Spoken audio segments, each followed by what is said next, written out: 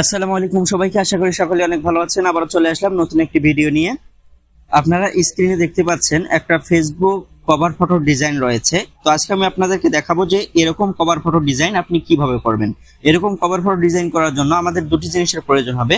প্রথমত আমাদের ছোট্ট একটি অ্যাপ্লিকেশনের প্রয়োজন হবে। প্লে স্টোরে গিয়ে সার্চ বারে পিক্সেল অ্যাপ লিখে সার্চ করলে অ্যাপ্লিকেশনটি পেয়ে যাবেন। এই অ্যাপ্লিকেশনটি আপনারা আপনাদের ফোনে ইনস্টল করে নেবেন।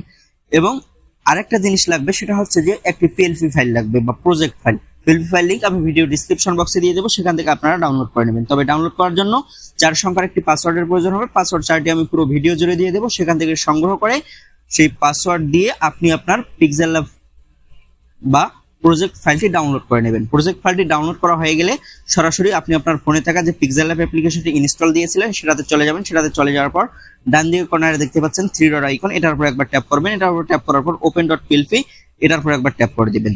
এটার উপর ট্যাপ করার পর উপরে দেখতে পাচ্ছেন ডট পিএলপি, এটার উপর একবার ট্যাপ করবেন।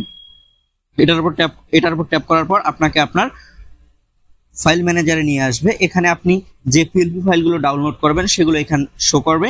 তো আপনি যে পিএলপি ফাইলটি ডাউনলোড করেছিলেন সেটা আপনি এখান থেকে সেট করে দেওয়ার জন্য যে পিএলপি ফাইলটা ডাউনলোড করেছিলেন সেটার উপর একবার ট্যাপ করে দেবেন। তো আমি এই পিএলপি ফাইলটি ডাউনলোড করেছি, সেজন্য আমি এটার উপর একবার ট্যাপ করে দিচ্ছি। ট্যাপ করে দেওয়ার পর ওপেন অ্যান্ড অ্যাডে ট্যাপ করবেন। ওপেন অ্যান্ড অ্যাডে ট্যাপ করার সাথে সাথেই কিন্তু এটা আপনার পিক্সেলab অ্যাপ্লিকেশনটিতে ইম্পোর্ট হবে বা চলে আসবে। এখন আপনি একবার ব্যাক বাটনে ট্যাপ করে এখান থেকে ব্যাক করে আসবেন। ব্যাক করে আসার পর এখন আমি আপনাদেরকে দেখিয়ে দেব যে এই পিএলপি ফাইলটির লেয়ার বা যাবতীয় যে জিনিসগুলো রয়েছে এগুলো আপনি পরিবর্তন করে কিভাবে ব্যবহার করবেন। এগুলো পরিবর্তন করে ব্যবহার করার জন্য এখানে দেখতে পাচ্ছেন যে লেয়ার আইকন রয়েছে, এই লেয়ার আইকনে একবার ট্যাপ করবেন। লেয়ার আইকনে ট্যাপ করার পর দেখতে পাচ্ছেন যে এখানে আমি যে লেয়ারগুলো ব্যবহার করেছি সবগুলো এখানে শো করছে। এখানে আমি আমার নাম ব্যবহার করেছি, নামের লেয়ার দেখতে পাচ্ছেন দিয়ে দিয়েছি।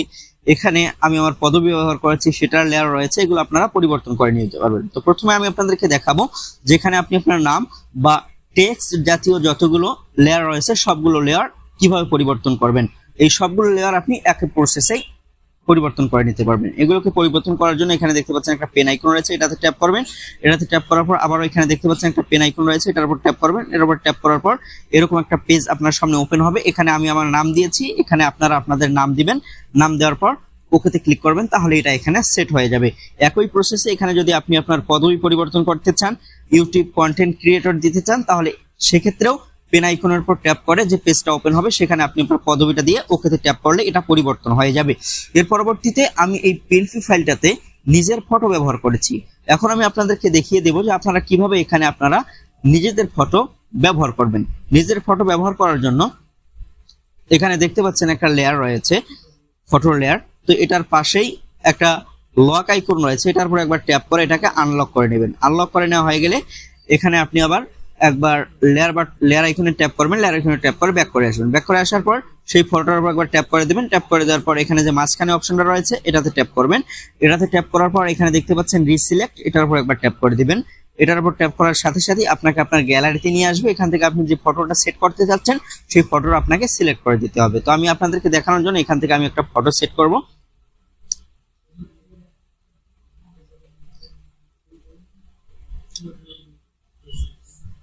মনে করুন আমি এখান থেকে এই ফটোটা সেট করব, সেজন্য আমি সেই ফটোটার উপর একবার ট্যাপ করে দেব। ট্যাপ করে দেওয়ার পর এরকম একটা পেজে নিয়ে আসবে। এখানে নিয়ে আসার পর এখানে কাজ হচ্ছে, এখানে রেশিওটা 1.1 করে দিবেন আপনারা। 1.1 করে দেওয়ার পর এটা জায়গা মতো বসিয়ে নেবেন, সাইজ মতো বসিয়ে নেওয়ার পর এখানে দেখতে পাচ্ছেন নিচে একটা সার্কেল আইকন রয়েছে, এই সার্কেল আইকনটার উপরে আপনি একবার ট্যাপ করে দিবেন।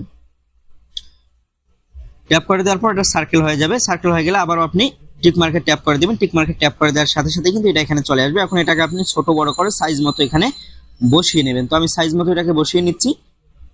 সাইজ মতো বসিয়ে নেওয়া হয়ে গেলে এখন আপনি এটাকে কিভাবে সেভ করবেন। এটি সেভ করার জন্য এখানে উপরে দেখতে পাচ্ছেন যে সেভ আইকন রয়েছে, এই সেভ আইকনে একবার ট্যাপ করবেন।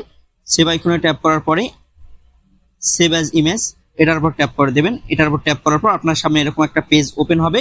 এখন এটাকে আপনি হাই কোয়ালিটিতে কিভাবে সেভ করবেন, এইভাবে যদি আপনি এখন সেভ টু গ্যালারিতে ক্লিক করেন তাহলে কিন্তু এটা নর্মাল কোয়ালিটিতে আপনার গ্যালারিতে সেভ হবে। এটাকে হাই কোয়ালিটিতে সেভ করার জন্য এখানে দেখতে পাচ্ছেন কোয়ালিটির নিচে রয়েছে কাস্টম, কাস্টমের পাশেই কিন্তু একটা অ্যারো আইকন রয়েছে দেখতে পাচ্ছেন এখানে। এই অ্যারো আইকনটার উপর ট্যাপ করবেন। ট্যাপ করে দেওয়ার পর এখানে অনেকগুলো ক্যাটাগরি আছে, তো এখানে আপনি আলট্রাটাকে সিলেক্ট করে সেভ টু গ্যালারিতে ট্যাপ করলে এটা আপনার গ্যালারিতে সেভ হয়ে যাবে এবং পরবর্তীতে এই ফটোটা আপনি আপনার ফেসবুকের কভার ফটো হিসেবে ব্যবহার করতে পারবেন।